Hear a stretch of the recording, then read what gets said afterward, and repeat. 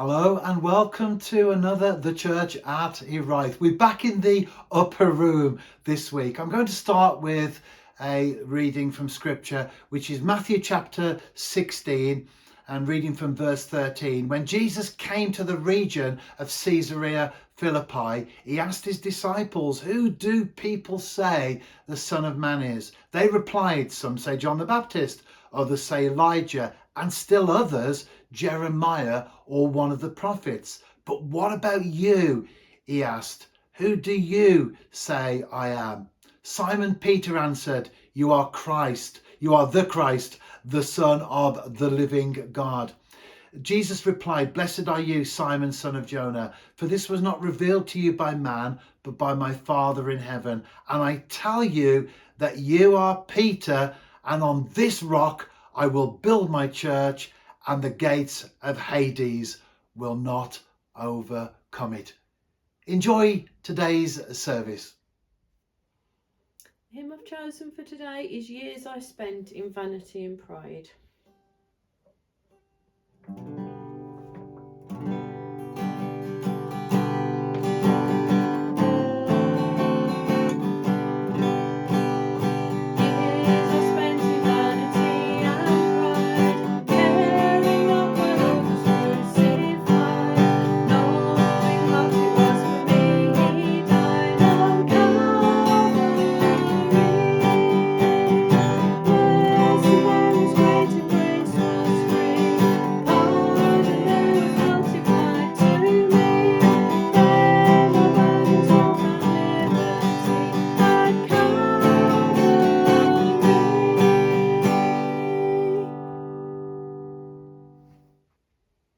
I was in the Potteries last week, took my youngest daughter back to Burslem, and I did stop off to do some tourism. I always enjoy looking around new or sometimes even older places as well. And I wanted to capture one of the iconic images from that region, which is of course the kiln of the pottery making process itself. Nothing in Burslem, or at least where I was anyway, just a short walk around the town centre, Vale Park, Burslem Park. On the way back, I knew that there was a particular kiln that I could video and take some images of. So I did that. I pulled off into a side road and made my way there, etc. On the corner of the street is a Methodist church that is now in disrepair. It's long since closed and it's up for sale. And it's a tragedy really when you see old churches, isn't it, that were once thriving and booming and full of people, and no longer are they used at all for worship. They will get sold off and they'll be used for something else. In fact, our old church, where we were for more than 30 years of our adult lives, was sold off in the same way just a couple of years ago now. April 2023 it closed. And this is the important thing, this is where I'm coming from, based on the reading that we had just now, where Jesus said to Peter on confession that he was the Christ. So it was based on the confession of Peter, not on Peter himself. When Jesus said, "On this rock I will build my church, and the gates of hell or the gates of Hades will not overcome it."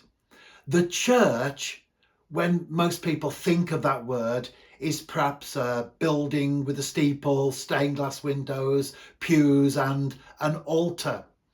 But in the Bible, well, certainly in the Old Testament, the word church isn't used at all. But then in the New Testament, whenever it is used, the Greek word ecclesia means those who are called out.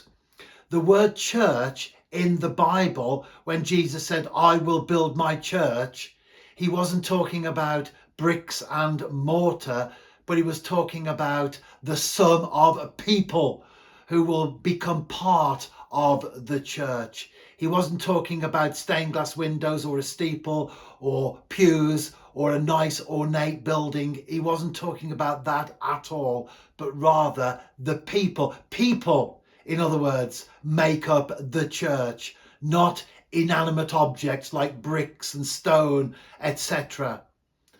And it's important to bear that in mind, because there will be times when we do come across, like I did last Sunday, churches that were once full of people and sadly no longer exist as far as being a church is concerned.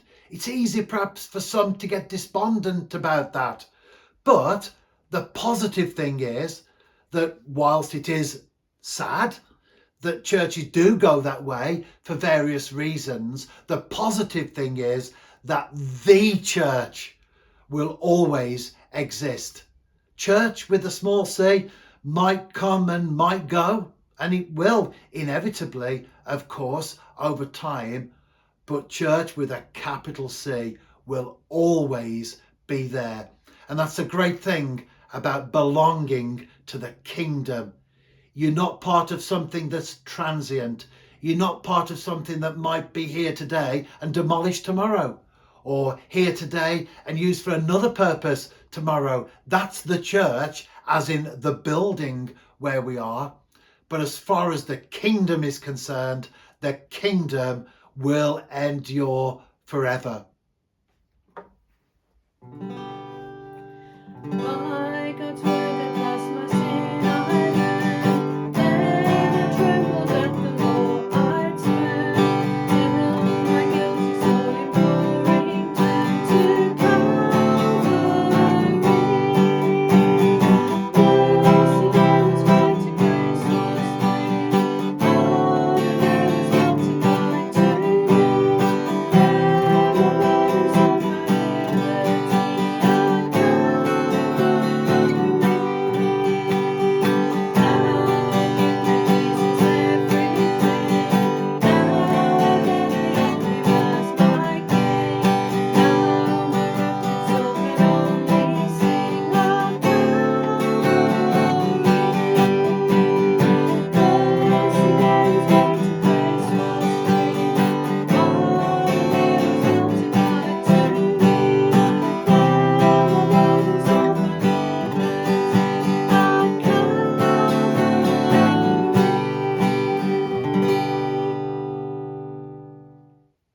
I can remember as a youngster growing up and watching the big boxing matches on television. That was before the pay-per-view came in and all the other channels that we've got. We just had our terrestrial channels back in those days.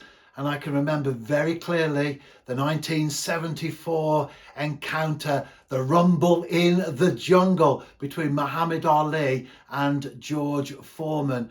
Well, sadly, this weekend, George Foreman has passed away, aged 76. But very interesting story. In his years as a boxer, for many of them, he was living for himself. But then an event happened that caused him to live for Christ. He'd just been fighting and he was in the dressing room and he thought he was going to die. And as he did think like that, he did what a lot of people do when they're in trouble and they suddenly start to panic. They pray and they'll say to God, save my life, do this for me, save that person's life, don't let so-and-so die, and I'll do this in return. And what George Foreman said was, don't let me die, and I'll give all the purse, the money from the bout that I've just earned, I'll give it all to charity. And he heard a voice come back to him very clearly that said, I don't want your money, I want you. And from that moment onwards, George Foreman was a changed man. In fact, the people who were around him on that particular day said, something's happened to him. Something's changed him. And of course, it was that encounter. And he himself went on to not only go to church, but to become a church leader himself as well, taking 3 services a week. So he was really heavily involved in it. He totally transformed his life. But what was it that changed him? It was meeting with Jesus Christ, the one who said, and on this rock I will build my church. What was the rock? It was the confession of Peter that you are the Christ. When he asked the disciples, who do people say I am? They said, well, some of them say you are this prophet, some of them say you are that prophet, etc. And Jesus turned that question back to them, to a very focused question, one that backed them in a corner where they had to give an answer. And he said, but what about you? Who do you say I am? And it was Simon Peter who answered, you are the Christ, the Son of the living God. And it was on that confession that Jesus made his statement about, on that rock I will build my church. George Foreman is no longer with us, sadly, but the legacy that he leaves behind, for many, it will be a boxing one, and they will have fond memories of watching him in the ring. A very successful boxer. He's also a businessman, and you probably know the George Foreman griddle, whatever they call them. Debbie, help me out. It's a grill. It's a grill, the George Foreman grill that he promoted on television. But more importantly, not just the grill, not just the boxing, but more importantly, many will know him as a Christian, and perhaps as someone who led them to that point of confession. On this rock, I will build my church. I hope you've enjoyed today's service. Plenty of food for thought there. I'll be back on Wednesday for the Wednesday Words of Wisdom, and Debbie and I will be back here next Sunday for the church in the upper room. Enjoy your week, and if you do visit our website, don't forget to check out all the various categories on there, including Debbie's Christian music blog. See you Wednesday, or see you next Sunday. Have a great week.